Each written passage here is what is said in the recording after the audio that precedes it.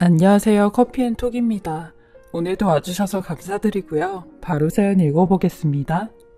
안녕하세요. 저는 47살 된 아줌마이고 이번에 제 인생의 기로에서 엄청난 선택을 하게 되어 이렇게 사연을 보내게 됩니다. 저는 비교적 어린 나이에 결혼을 하게 되었어요.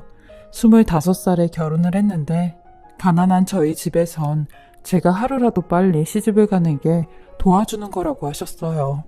그래서 20살 때부터 결혼할 남자를 유심히 살펴봤는데 마침 저와 같이 화학공장에 다닌 아는 언니의 남자친구가 소개시켜줄 남자가 있다며 넷이서 만나자고 했고 그렇게 만난 사람이 남편이 되었어요. 남편은 저보다 4살이 많았고 가구 공장에서 일을 하는 사람이었는데 왜 사람은 끼리끼리 만난다고 이런 제 형편에 제일 잘 어울리는 사람이었죠. 남편은 부모님이 계시긴 하지만 어려운 집안 형편 때문에 고아원에서 자란 사람이었고 고아원에서도 정말 힘들게 자랐다고 했어요. 하지만 이런 남편의 삶과는 달리 생긴 건 무슨 부잣집 아들처럼 생겼었어요. 키도 훤칠하고 피부도 뽀해 얼굴에 광이 번들번들하게 났죠. 남편 말로는 본인 삶 자체가 가난하니 어디 가서 무시당하지 않으려면 겉모습이라도 반듯하게 하고 다녀야 된다고 했어요. 남편 말대로 생긴 대로 논다고 항상 반듯하고 바른 성품을 가진 사람이었어요. 그래서 연애를 하는 2년 동안에도 단 한 번도 헤어지지 않고 꾸준히 사귀어왔죠. 저한테 큰 소리 한 번 내지 않고 무슨 일을 부탁해도 고맙다, 미안하다라는 정중한 말을 하곤 했어요. 참 괜찮은 사람이었죠. 그리고 2년 후 저희는 결혼식을 올렸고 결혼식 할 돈도 없어 집안 어르신들만 찾아다니며 인사를 하고 가족들에게는 식사 대접을 하고 혼인신고만 하고 살았어요. 그러던 중 저와 초등학교 때부터 아주 친하게 지낸 친구가 미국에서 돌아왔다는 소식을 듣게 되었어요. 이 친구로 말하면 아주 부잣집 딸에 저와는 반대로 태어날 때부터 입에 금수저를 물고 태어난 친구인데 걔네 아버지가 자동차 부품에 들어가는 공장을 크게 하셨어요. 얼마나 부자인지 18살 고등학생밖에 안 된 애한테 용돈으로 300만 원씩 주던 그런 집이었으니까요. 제가 이런 부잣집 친구랑 가까워지게 된 게 의아하실 텐데 저희 엄마가 이 친구네 집에서 오랫동안 가정부로 일을 하셨어요. 그리고 저랑 엄마랑 동생이 이 친구네 집 다락에서 살았거든요. 그러니 나이가 동갑인 친구는 매번 저랑 같이 등교를 하고 하교를 하고 집에 돌아와선 인형을 갖고 인형놀이를 하며 시간을 보냈어요. 솔직히 말이 친구 사이지 제가 걔 시녀나 다름없었어요. 매일 책가방 들어주고 급식 대신 받아주고 심부름까지 대신 다 해주었으니까요. 그런 상하관계로 20살이 될 때까지 지냈는데 그래도 항상 그 친구가 저를 잘 챙겨주니까 저도 잘 지낸 거죠. 그렇게 저는 20살이 되자마자 그 집을 나와 화학공장에 취직을 한 거고 그 친구는 미국으로 유학을 가게 된 거죠. 그렇게 6년 만에 친구를 다시 만나게 되었고 고맙게도 저를 찾는 전화가 와서 제 결혼 소식까지 알렸습니다. 친구는 다음에 네 남편도 소개시켜달라고 했고 이제 한국에 돌아왔으니까 자주자주 만나자는 말도 했어요. 그리고 얼마 뒤 제가 친구에게 남편을 소개시켜 주었어요. 솔직히 제 남편이지만 사는 건 가난하고 돈은 없어도 겉모습은 그런 떼국물 티가 나지 않기에 어딜 같이 다녀도 의기양양하긴 했어요. 친구도 저랑 안 어울린다고 할 정도였으니까요. 그러던 어느 날 이런 남편에게 생각지도 못한 일이 생기게 되었고 번지르르 했던 겉모습에 스크래치가 나게 되었어요. 바로 남편이 다니던 가구 공장이 문을 닫게 되었고 중졸 출신인 남편은 어디 가서 취직하기가 힘들었어요. 점점 구직에 실패한 남편은 하루 종일 집에서 술만 마시고 컴퓨터 게임에 빠져 점점 난폭해지고 있었죠. 제가 알던 남편의 모습은 온데간데 없었습니다. 하나 있는 딸 자식은 나 몰라라 하고 돈 벌 생각은 하지도 않는데 제가 이런 속상한 얘기를 엄마한테 하니 엄마가 제 친구네 집에서 친구한테 이 말을 흘려 했다네요. 그러니 며칠 뒤 친구한테 연락이 왔는데 야, 너 뭐가 그렇게 어려워? 너 그렇게 어려우면 네 남편 우리 아빠 공장에 취직시키면 되잖아. 너랑 나랑 몇 년 친구인데 내가 그거 하나 못 해주겠니? 나 우리 아빠 공장에서 부사장으로 있으니까 내가 네 남편 취직시켜줄게 라고 하는 겁니다. 저는 친구의 그 말에 고맙다고 전화상으로 고개까지 숙이며 이 은혜를 어떻게 갚냐고 몇 번이나 얘기를 했네요. 그렇게 저희 남편은 941생으로 친구 아버지의 공장에 취직을 했어요. 남편도 이제부터라도 정신 똑바로 차리고 살겠다며 내가 처복 하나는 끝내준다니까 라며 좋아라 했네요. 근데 어느 날부터인가 남편이 제 친구에 대한 무한한 신봉을 하기 시작했어요. 마치 제 친구가 교주라도 되는 듯 친구를 찬양하고 따랐죠. 사실 그럴만도 했던 게 낭떠러지에서 떨어진 제 남편을 취직도 시켜주고 사람 노릇하게 해주었으니 얼마나 고마웠겠어요. 뭐 가끔씩 제 친구 칭찬에 너무 과하게 질투가 날 때도 있었지만 남편 입장을 생각하면 그러고도 남겠다 싶어 이해를 했습니다. 근데 남편은 점점 도가 지나쳤고 저와 친구를 비교까지 했어요. 당신은 정화 씨랑 동갑인데 피부가 왜 그렇게 푸석푸석해? 뭐라도 좀 찍어바르고 그래라. 정화 씨보다 당신 보면 참 비교된다 라고 하는데 그 말에 당신이 정화를 만날 일이 있어? 걘 공장에 출근도 안 한다고 했는데 공장 기름때 냄새 구역질 난다고. 그러니 그래도 정화씨가 우리 부사장님인데 가끔 오고 그러지. 아무튼 관리 좀 하라고 라고 하는데 저런 말을 하는 남편을 흘기며 그럼 당신이 돈을 그만큼 벌어가지고 오던가 라며 넘겼네요. 하지만 남편과 제 친구 사이가 의심이 들었던 건 그때부터였어요. 남편의 퇴근 시간이 항상 늦어지면서 들어오고 난 뒤에는 남편의 몸에서 항상 제 친구의 향수 냄새가 났었죠. 친구가 그 향수를 워낙 좋아해 한번 뿌릴 때 거의 반 통이 넘게 뿌렸는데 얼마나 많이 뿌리는지 그 친구가 있던 자리엔 항상 그 향수 냄새가 진동을 했어요. 그러다 결국 제 의심이 현실로 다가왔고 그 둘의 불륜 장면을 제가 아닌 제 딸아이가 목격을 하고야 말았습니다. 제가 목격을 했으면 그나마 덜 했을 텐데 딸은 아빠라는 사람과 엄마의 친구라는 사람이 안방에서 버젓이 그 짓거리를 하고 있는 걸 보게 된 거죠. 그 충격으로 우울증까지 오게 되었는데 8살인 딸아이한테는 어마어마한 충격이라고 했어요. 남편은 다시는 그럴 일 없을 거라며 제게 무릎을 꿇고 제발 이혼만은 안 된다며 용서를 구했고 싸가지 없는 돈밖에 모르는 제 친구 X는 저한테 돈을 주며 네 딸 심리상담이라도 다니라고 하는데 저도 미쳤죠. 그 돈을 받고 남편과 이혼도 하지 않은 채 딸아이를 병원부터 데리고 다녔어요. 남편 또한 친구네 공장은 그만두겠다며 이제는 가족만 바라본다고 딸을 보살폈어요. 하지만 한 번 깨진 가족의 신뢰는 되돌이킬 수가 없었고 남편은 또다시 친구를 만나며 불륜을 저지르고 있었습니다.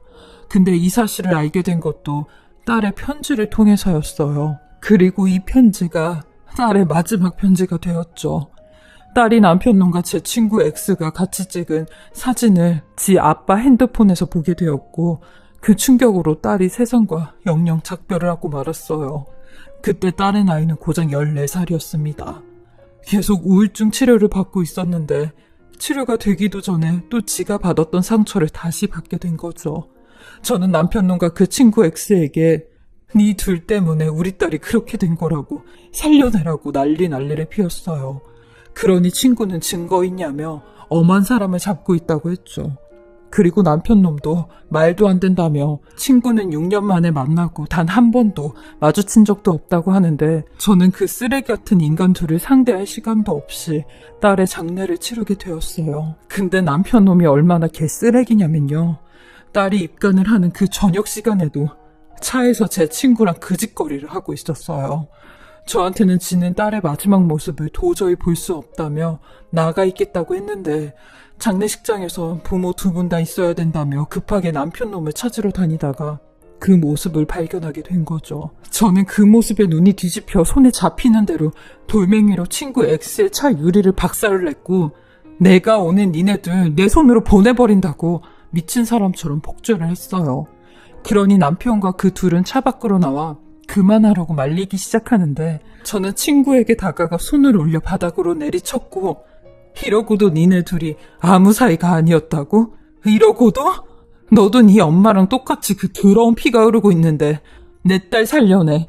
이 더러운 연놈들아 내 딸 살려내라고 라고 하니 친구가 제게 다가와 똑같이 손을 올리며 족보도 없는 가난하고 무식한 기집애가 지금 어디다 대고 우리 엄마를 들먹여?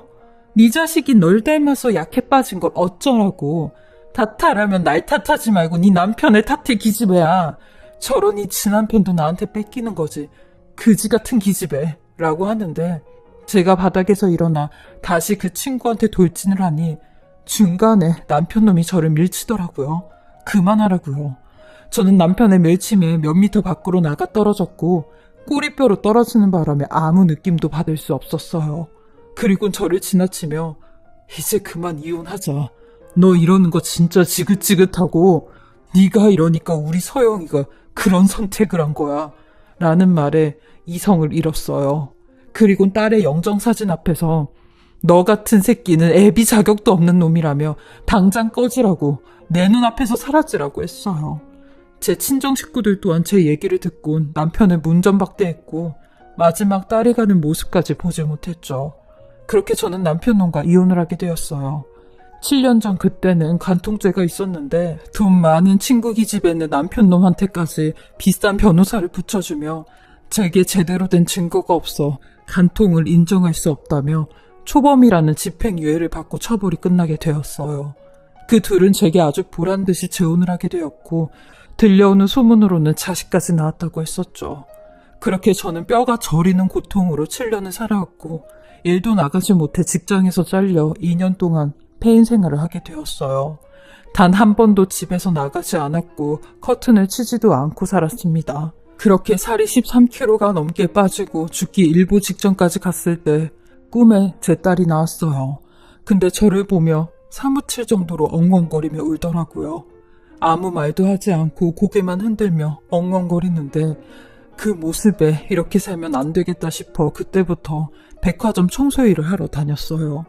나름 열심히 살며 사람다운 생활을 하니 그 이후로는 딸이 제 꿈에 나타나지 않더라고요. 전 그런 딸을 평생 가슴에 묻고 딸만 생각하며 살았습니다. 근데 그러던 어느 날 제 앞에 정말로 일어나지 않았으면 했던 일이 일어나게 되었어요. 바로 일하고 있는 백화점에서 전 남편을 만나고 만 거죠. 매번 이런 일은 절대 있어서는 안 된다 싶었던 일이 현실로 다가오니 아찔하고 제 자신이 너무 초라해 쥐구멍이라도 숨고 싶었어요. 그것도 남자 화장실에서 마주치게 된 거죠. 저는 항상 남자 화장실 청소를 하러 들어갈 땐 화장실 문 앞에서 청소하러 들어가겠습니다 라는 말을 하는데 아무런 대답도 없더라고요. 그래서 재빨리 화장실 칸마다 쓰레기통을 비우고 나오는데 글쎄 제가 있는지 몰랐던 전 남편이 화장실에 들어오게 된 거죠. 그것도 8살 정도 되어 보이는 꼬마 남자아이의 손을 잡고 말이죠. 8살이면 제 딸아이가 지 아빠의 불륜 사실을 알게 된 나이였는데 저렇게 조그마한 아이가 얼마나 힘들었을까. 또다시 억장이 무너졌어요.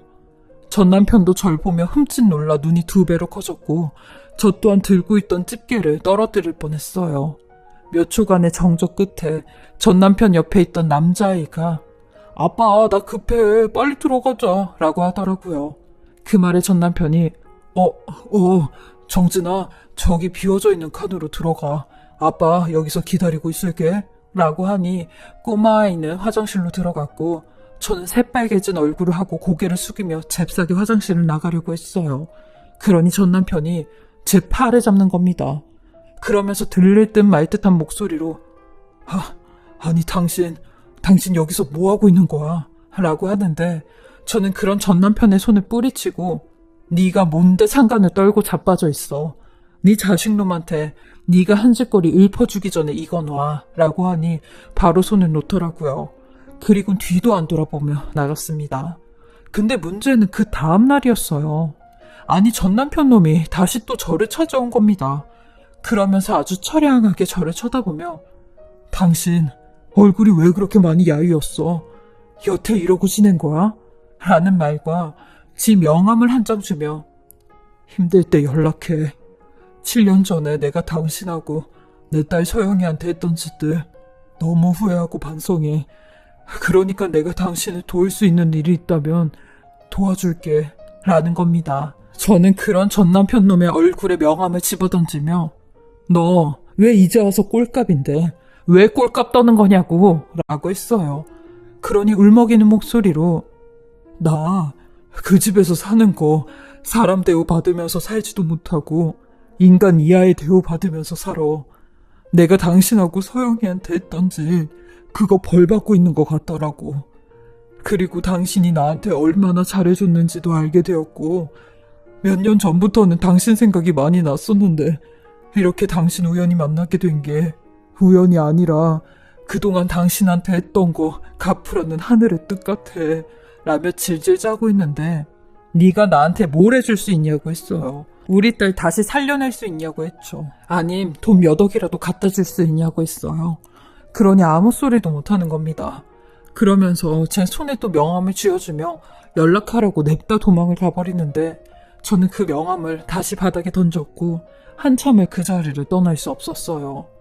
저 인간도 상처받고 있구나, 저 인간도 괴롭구나 하는 생각에 저도 모르게 마음이 흔들렸습니다. 근데 어떤 식으로 흔들렸냐면요. 더 상처받게 하고 싶고 더 괴롭게 하고 싶어 연락을 해봐야겠다 라는 마음으로 흔들렸어요. 그래서 땅에 떨어진 명함을 주워 몇 날 며칠의 고심 끝에 엄청난 계획을 세우게 되었습니다. 바로 똑같이 갚아주겠다는 생각이었죠. 저는 7년 만에 전 남편을 찾아갔고 술 한잔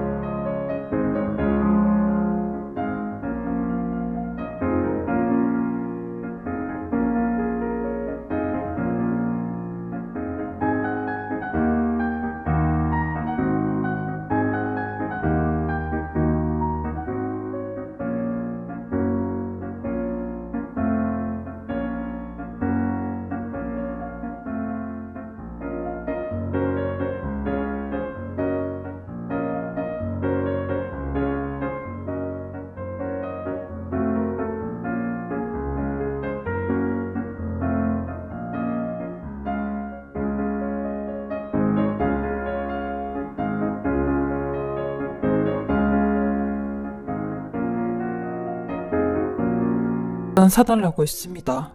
그리고 분위기가 무르익었을 때 저와 함께 제 집으로 가게 되었고 이 모든 상황을 사진으로 찍어 아주 고이고이 간직했고 이렇게 한 번 시작된 만남은 일주일에 한 번 내지 두 번씩 지속이 되었고 그럴 때마다 저는 하나씩 증거를 모으고 있었어요.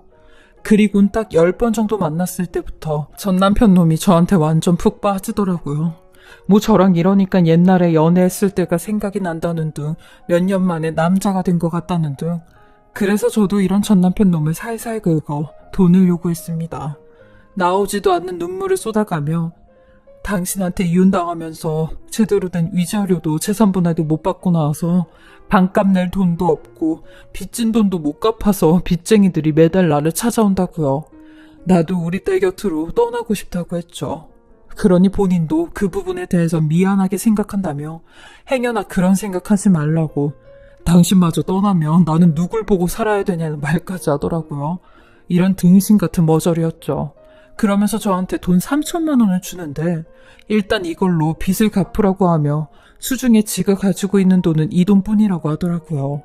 나중에 지 마누라 몰래 조금씩 돈을 더 줄 테니 기다리라는 말까지 했네요. 근데 결국 꼬리가 길면 잡힌다지요. 전 남편 놈과 만난 지 3달 만에 친구 X가 붙인 미행으로 저희 둘 사이가 발각이 되었고, 저는 아주 당당하게 친구가 보는 앞에서 전 남편이랑 했던 모든 사진들을 보여주며 네 남편 이제 내 거 됐는데 어쩌니? 라며 깔깔거렸어요.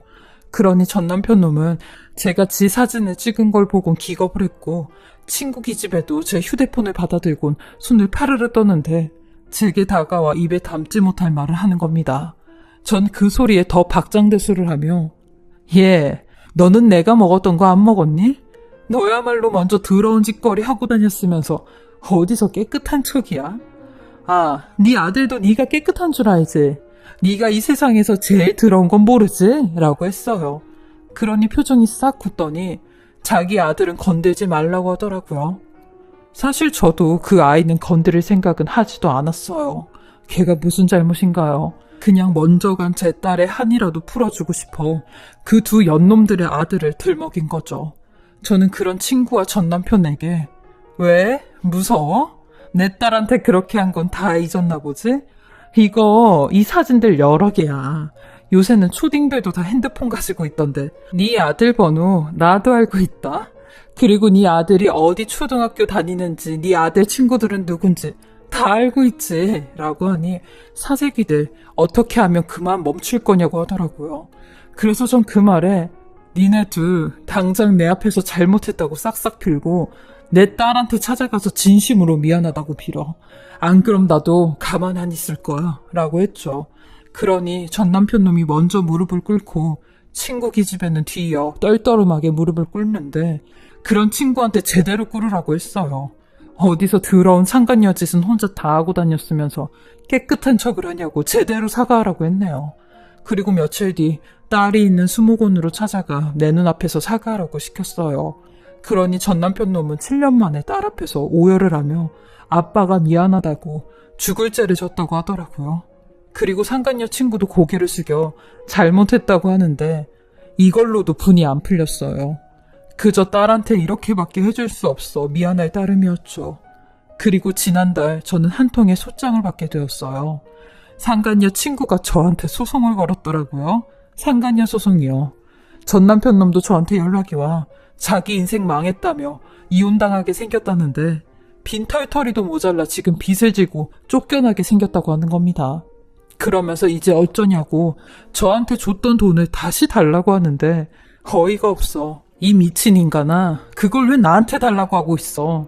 네가 네 손으로 직접 준 거 아니야? 그리고 그 돈 다 썼어.